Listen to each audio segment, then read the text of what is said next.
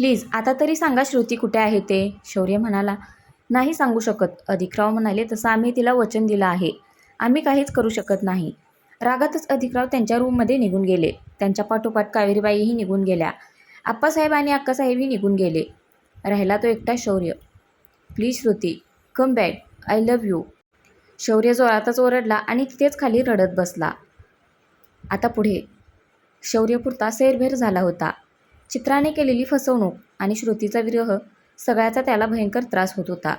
शौर्य त्याच्या रूममध्ये गेला आणि श्रुतीचं कपाट त्याने उघडून पाहिलं, पण ते पूर्णपणे रिकामं होतं. शौर्याचे डोळे पाण्याने भरले होते. श्रुतीचं हसतं खेळतं लहान मुलासारखं वावरणं त्याच्या डोळ्यासमोर येऊ लागलं.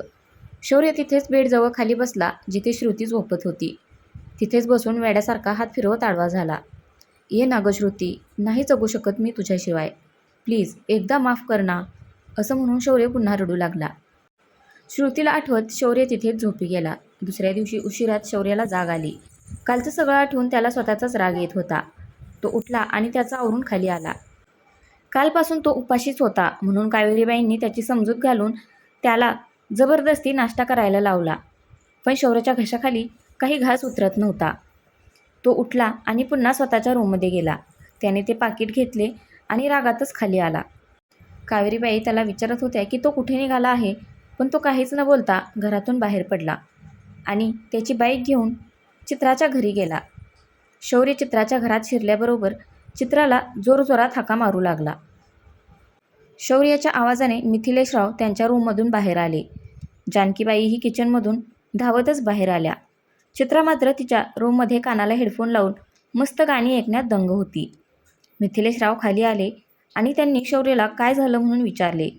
शौर्य खूपच रागात होता. आधी तुमच्या लाडक्या लेकीला खाली बोलवा, शौर्य म्हणाला. जानकीबाईंनी त्यांच्या नोकराला चित्राला बोलवायला पाठवले.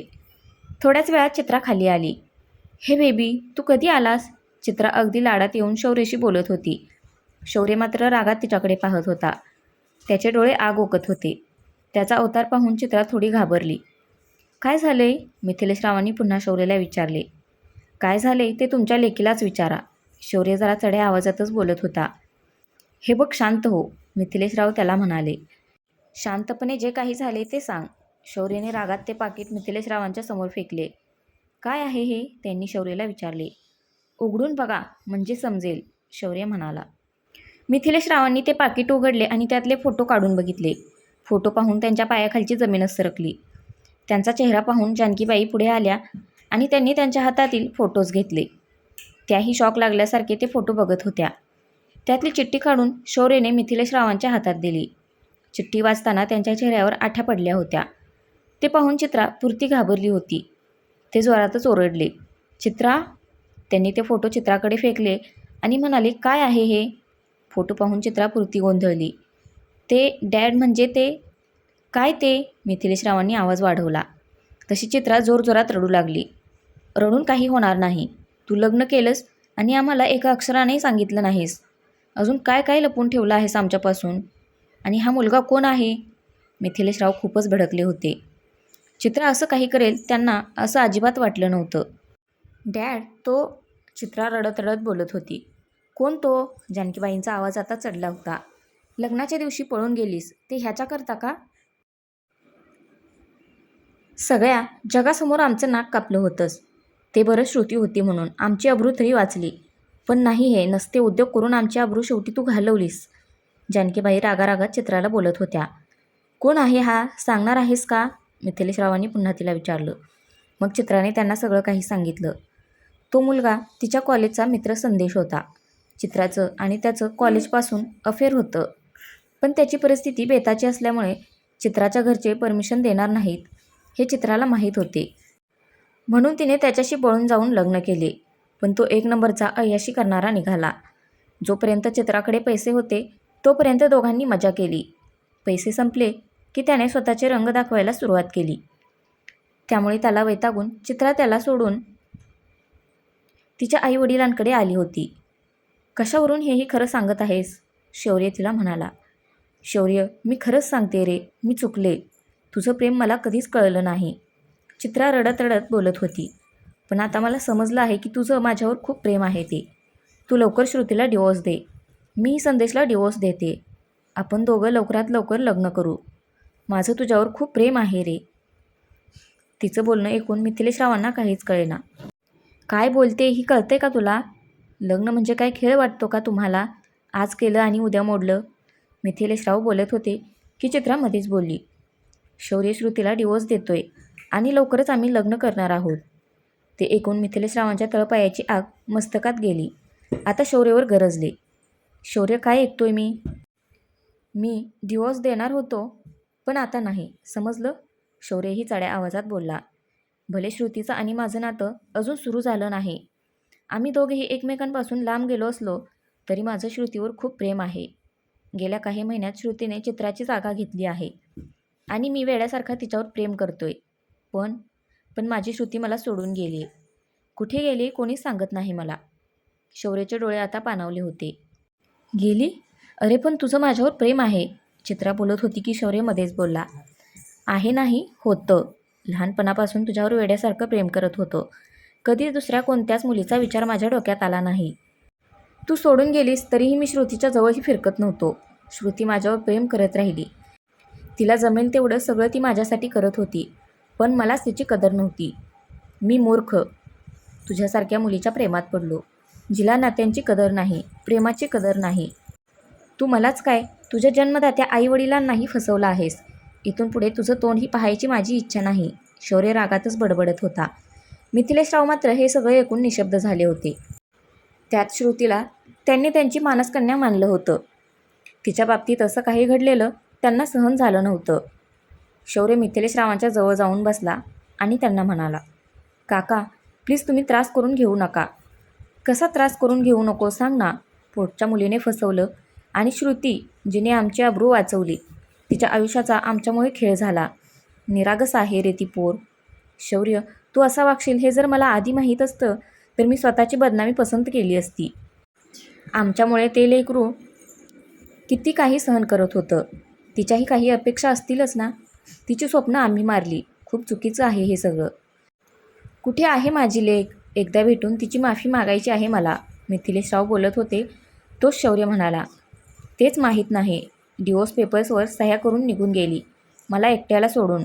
बोलताना शौर्याच्या डोळ्यातून पाणी वाहू लागले. आता कशाला रडतोस? मिथिलेशराव शौर्याला म्हणाले. जेव्हा होती तेव्हा तिची कदर केली नाहीस. तुला काय वाटलं मला काहीच माहीत नाही? अधिकने मला सगळं काही सांगितलंय. बरं झालं ती गेली सुटली, तिचं स्वतंत्र आयुष्य जगायला. मिथिलेशरावांचं बोलणं ऐकून शौर्य हडबडला. म्हणजे काका तुम्हाला माहीत आहे माझी श्रुती कुठे आहे ते?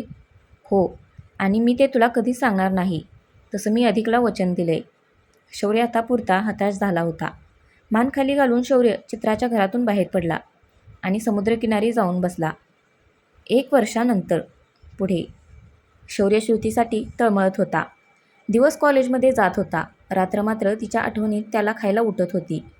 आजकाल त्याचं सिगारेट ओढण्याचं प्रमाणही वाढलं होतं. त्याच्या एका चुकीमुळे श्रुती त्याला सोडून कायमची निघून गेली होती.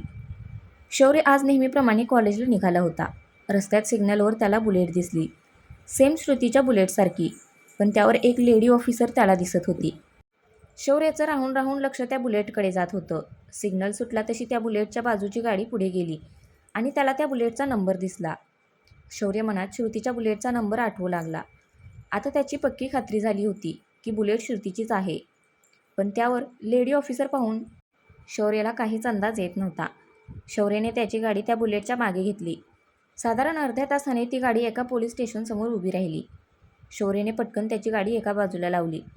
तोपर्यंत ती लेडी ऑफिसर आत पोलीस स्टेशनमध्ये गेली होती. शौर्य त्या बुलेटजवळ गेला आणि त्या बुलेटवरून हात फिरवू लागला. शौर्याने पुन्हा बुलेटचा नंबर पाहिला. श्रुतीच्या बुलेटचा नंबर आणि तो नंबर एकच होता. म्हणजे ही बुलेट श्रुतीचीच असणार, तो मनातल्या मनात म्हणाला. शौर्य तसा दिसायला हँडसम होता. डोळ्यांवर गॉगल होता. बाहेर उभे असलेले पोलीस शौर्याकडे पाहत होते.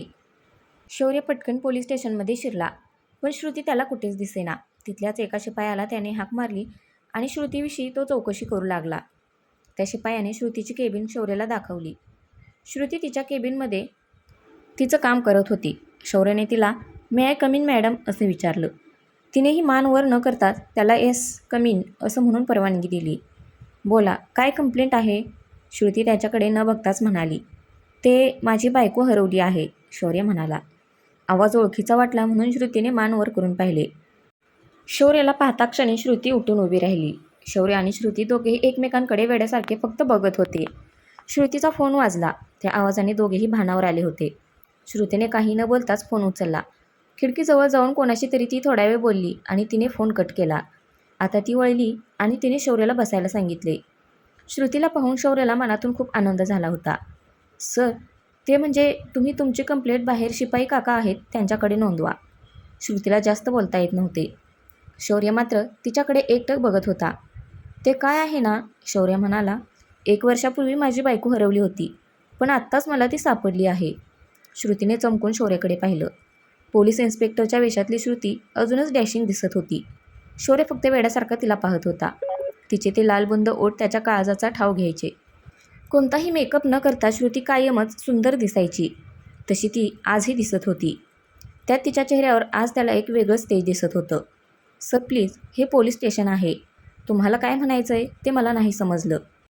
श्रुतीही तितक्याच आत्मविश्वासाने शौर्याशी आता बोलू लागली. मला कळतंय हे पोलीस स्टेशन आहे ते. श्रुती, मला तुझ्याशी बोलायचं आहे, शौर्य म्हणाला. आपण बाहेर कुठे जाऊ शकतो का, शौर्याने तिला विचारलं. श्रुतीला काय बोलावं ते कळत नव्हतं. सर, आता मला पोलीस स्टेशन सोडून माझ्या वैयक्तिक कारणासाठी तुम्हाला भेटता येणार नाही. आणि तसंही आता भेटून काय होणार आहे? श्रुती निराश होऊन शौर्याशी बोलत होती. एकदा भेट ना, मला बोलायचं आहे तुझ्याशी, शौर्य केविलवाणा चेहरा करत म्हणाला. ठीक आहे, श्रुती म्हणाली. संध्याकाळी 8 नंतर मी फ्री असेन, तेव्हा आपण भेटू, श्रुतीने शौर्याला सांगितले. कुठे भेटायचे ते सांगा, श्रुती त्याला म्हणाली. सांगतो, शौर्य म्हणाला. तुझा फोन नंबर दे, आता मलाही कॉलेजला जायला उशीर होतोय. फोन नंबर नको, श्रुती म्हणाली. तुम्ही सांगा ना, मी येते तिथे भेटायला. इतकाही विश्वास नाही आहे का, शौर्य तिला म्हणाला. आता मात्र श्रुतीचा नाईलाज झाला. तिने शौर्याला तिचा फोन नंबर दिला. फोन नंबर घेऊन शौर्यही लगेच निघून गेला. शौर्याचं नेमकं काय चाललंय ते श्रुतीला कळत नव्हतं. ट्रेनिंगवरून आल्यानंतर ते जॉईन होईपर्यंत एकदाही तिने शौर्याच्या घरातल्यांना साधा एक फोनही केला नव्हता, की शौर्याच्या आयुष्यात काय चाललंय ते तिने विचारलं नव्हतं. ह्या सगळ्यापासून शक्य तेवढं ती लांब राहिली होती. शौर्याच्या बोलण्याचा अजूनही तिला संदर्भ लागत नव्हता. विचार चटकून ती तिच्या कामाला लागली. श्रुती भेटल्यामुळे शौर्याला कमालीचा आनंद झाला होता. आज तो खूप खुश होता. शौर्याने श्रुतीला एका रेस्टॉरंटचा ॲड्रेस सेंड केला होता. श्रुती तिचं काम संपवून साधारण 7:15 त्या रेस्टॉरंटजवळ पोहोचली. शौर्य तिचीच वाट पाहत होता. श्रुती येताच ते दोघे आतमध्ये गेले. शौर्याने आधीच टेबल बुक केले होते. काय घेणार, शौर्याने श्रुतीला विचारलं. श्रुतीला कळत नव्हतं शौर्याशी कसं बोलावं. तुम्ही जे मागवाल ते, श्रुती त्याला म्हणाली. दोघंही अनोळखी असल्यासारखे एकमेकांसमोर बसले होते. शौर्य डोळे भरून श्रुतीला पाहत होता. आज तिने व्हाईट जीन्स आणि पिंक कलरचा टॉप घातला होता. साधीच पण ती त्याला सुंदर दिसत होती. शेवटी श्रुतीनेच बोलायला सुरुवात केली. सर, तुम्हाला काही बोलायचं होतं ना? हो, शौर्य म्हणाला. कशी आहेस? श्रुतीने हसून त्याला छान असं उत्तर दिलं. श्रुती खूप अवघडली होती. नेहमी शौर्यासमोर मस्ती करणारी श्रुती आज शांत होती. सर प्लीज लवकर बोला ना, घरी बाबा वाट बघत असेल, श्रुती त्याला म्हणाली. श्रुती, आपल्या घरी कधी येणार आहेस, शौर्याने तिला विचारलं. श्रुतीने गोंधळून शौर्याकडे पाहिलं. सर, ते घर माझं नाही आता, श्रुती त्याला म्हणाली. असं का बोलतेस, शौर्य तिला म्हणाला. सर, ज्या दिवशी डिवोर्स पेपर्सवर सह्या केल्या त्याच दिवशी आपलं नातं आणि त्या घराशी माझा संबंध कायमचा संपला. आणि तसंही तुमचं चित्राशी लग्न झाले ना, मग आता का हे सगळं? तुझ्या एकटीच्या सह्या करण्याने आपलं नातं नाही संपत, श्रुती. म्हणजे, श्रुतीने शौर्याला विचारलं. श्रुती, माझं तुझ्यावर खूप प्रेम आहे. मी चित्राशीही लग्न नाही केलं आहे. श्रुती, जे झाले ते सोडून दे. खरंच खूप प्रेम करतोय गं मी तुझ्यावर. पुन्हा परतून ये ना. आपलं नातं नव्याने सुरू करू. सगळे तुझी वाट पाहत आहेत. सर, ते आता शक्य नाही, श्रुती त्याला म्हणाली. पण का, शौर्य तिला म्हणाला. इतक्यात प्रसादचा फोन श्रुतीला आला. श्रुतीने फोन उचलला आणि ती म्हणाली, हा बोल प्रसाद. प्रसादचं नाव ऐकून शौर्याच्या तळपायाची आग मस्तकात गेली. पण तो मनातून स्वतःला शांत करत होता. प्रसादशी बोलणं झाल्यावर श्रुती शौर्याला म्हणाली, सर मला निघावं लागेल, एक अर्जंट काम आहे. श्रुती प्लीज ऐकून घे ना, शौर्य काकुळतीला येऊन बोलत होता. आपण नंतर बोलू, असं म्हणून श्रुती पटकन उठून निघून गेली. शौर्य हताशपणे श्रुतीला जाताना बघत होता. मनातून खूप चिडला होता. सगळ्यात जास्त राग त्याला प्रसादचा येत होता. त्याच्या मते नेहमीप्रमाणे तो श्रुती आणि त्याच्यामध्ये आला होता. रागातच त्याच्या हाताच्या मुठी आवळल्या गेल्या होत्या. त्याने दिलेली ऑर्डर कॅन्सल केली आणि तोही त्याच्या घरी निघून गेला. झोपेने जणू संपच पुकारला होता. रागाच्या भरात त्याने काहीच खाल्लं देखील नव्हतं. त्याने सिगारेट घेतली आणि तो बाल्कनीत जाऊन बसला. का श्रुती, प्लीज एकदा मला माफ कर ना, त्याची मनातली मनात बडबड सुरू होती. रात्रीचे साधारण 1:30 वाजला होता. त्याने फोन काढला आणि श्रुतीचं स्टेटस पाहू लागला. स्टेटस पाहून शौर्याच्या पायाखालची जमीनच सरकली. त्याचा त्याच्या डोळ्यांवर विश्वास बसेना. नो श्रुती, हे नाही होऊ शकत. शौर्य डोक्याला हात लावून बसला. तर फ्रेंड्स, आजचा भाग कसा वाटला नक्की कमेंट करून सांगा. धन्यवाद.